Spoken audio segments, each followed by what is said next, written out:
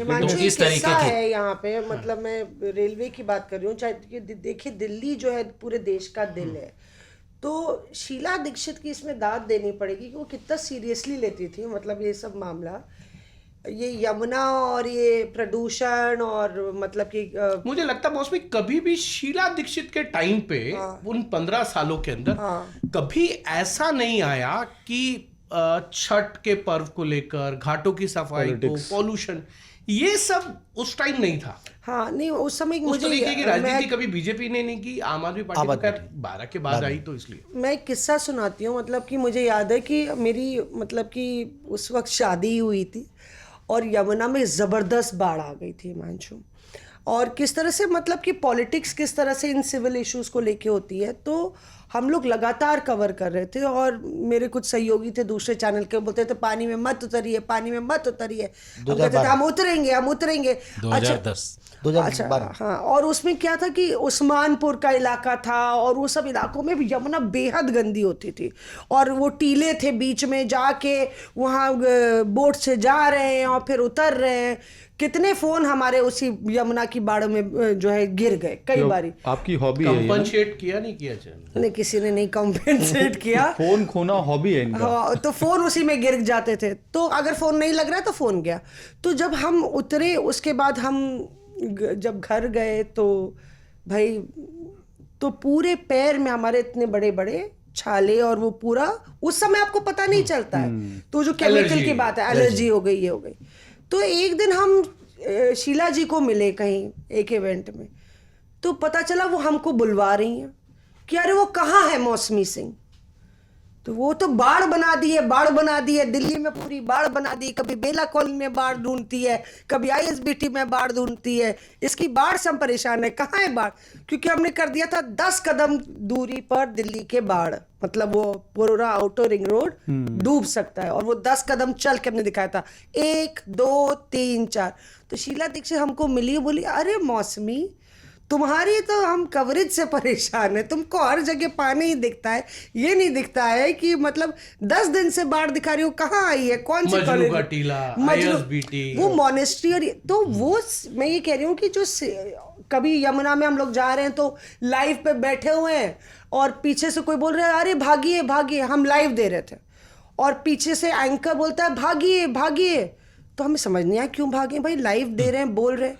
तो पता चला पीछे से सांप चला आ रहा है, और मतलब हमारे पीछे ही बिल्कुल सांप आ रहा था, हम पीछे मुड़े तो देखा सांप आ रहा है पीछे, तो हम पूरा माइक लेके पूरा एक्शन हीरोइन की तरह जो है चैनल पे चल रहा है, ब्रेकिंग और सांप। तो इट्स अ वेरी बेसिकली आप सोचिए कि उन लोगों के लिए जो तटों पे रहते हैं उनके लिए फिर ये इशू कितना इंपॉर्टेंट हो जाता है, फिर दिल्ली के लिए इंपॉर्टेंट हो जाता है, और फिर दिल्ली से कनेक्ट है, चाहे वो रेलवे हो चाहे यमुना हो, बिहार में भी बहुत सी चीजें प्रभावित होती हैं जब इस तरीके की सिचुएशन आती है, और स्वाभाविक तौर पर हम सबका काम है जो भी समस्या है उसको दिखाना, समाधान ढूंढने का काम जो है वो सरकारों का है, प्रशासन का है, जो मुझे लगता है कि इतने सालों में स्थिति जब भी ऐसी आती है तो जस की तस रहती है, चाहे सरकार शीला जी की हो, चाहे अरविंद केजरीवाल की हो या रेखा गुप्ता हो। अब एक किस्सा तो मौसमी में हमने कहा कि 2010-12 में जब बाढ़ आई तो शीला दीक्षित ढूंढ रही थी कि ये मौसमी का है, तो 17 साल बाद अब रेखा गुप्ता मुझे ढूंढ रही हैं। अच्छा। और उनके एक अधिकारी हैं प्रिंसिपल सेक्रेटरी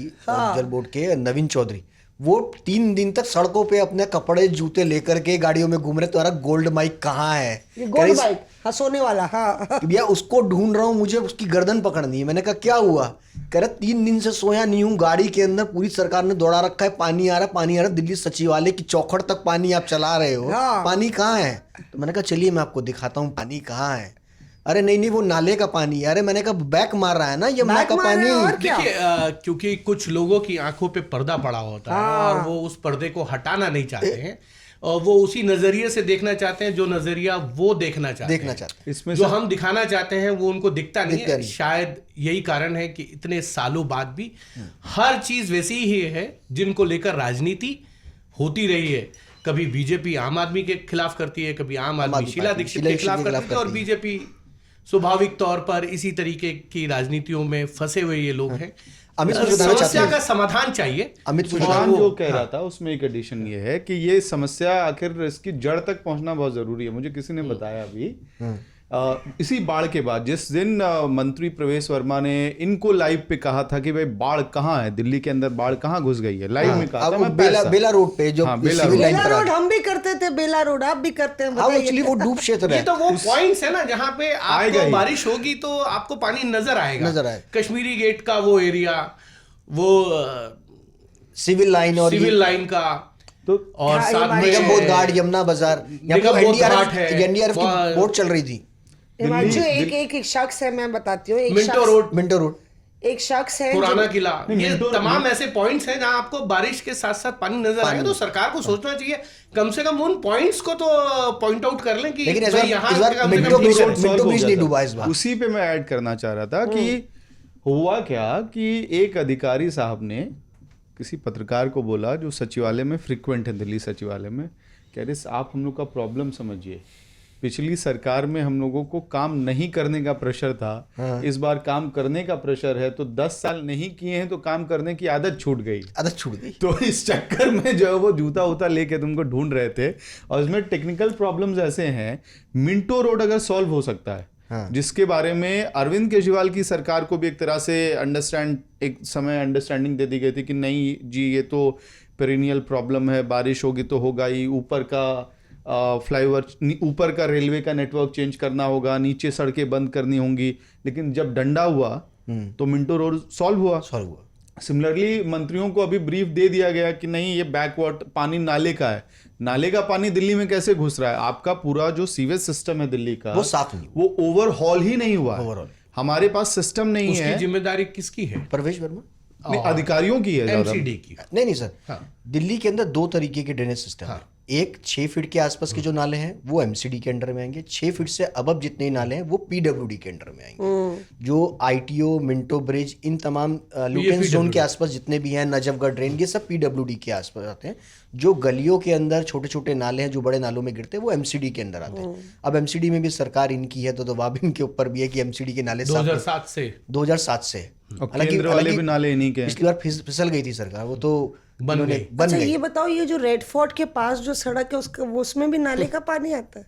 वो तो यमुना का मतलब कि वही बात वही है, मतलब वो जो पूरा भर गया था पिछले साल, तो हम 2023 में तो हम लोग पूरा अंदर चले गए थे, तो वो भी नाला गंदा पानी था। नहीं, गंदा पानी नहीं था, वो साफ पानी था यमुना का। एक्चुअली यमुना तो उसी हिस्से के अंदर बह रही थी ना, पूरा बहती थी उस वक्त। वो यमुना बहती थी तो पानी बंद होना शुरू हो गया, पानी नहीं आया। यमुना का हिस्सा जो है वो निगमबोध घाट, जहां पर हम रिपोर्टिंग कर रहे थे, सरकार का ये कहना था कि यार ये तुम दिखा रहे हो कि यमुना बाढ़ आ गई। दरअसल यमुना पर एंक्रोचमेंट हो गई। मजनू का टीला और यमुना बाजार, गढ़ी मांडू, उस्मानपुर, ये यमुना के बेल्ट पर लोगों ने घर बसा लिए, और वहां पर जब लोग रहेंगे तो पानी आएगा ही आएगा। Reporters of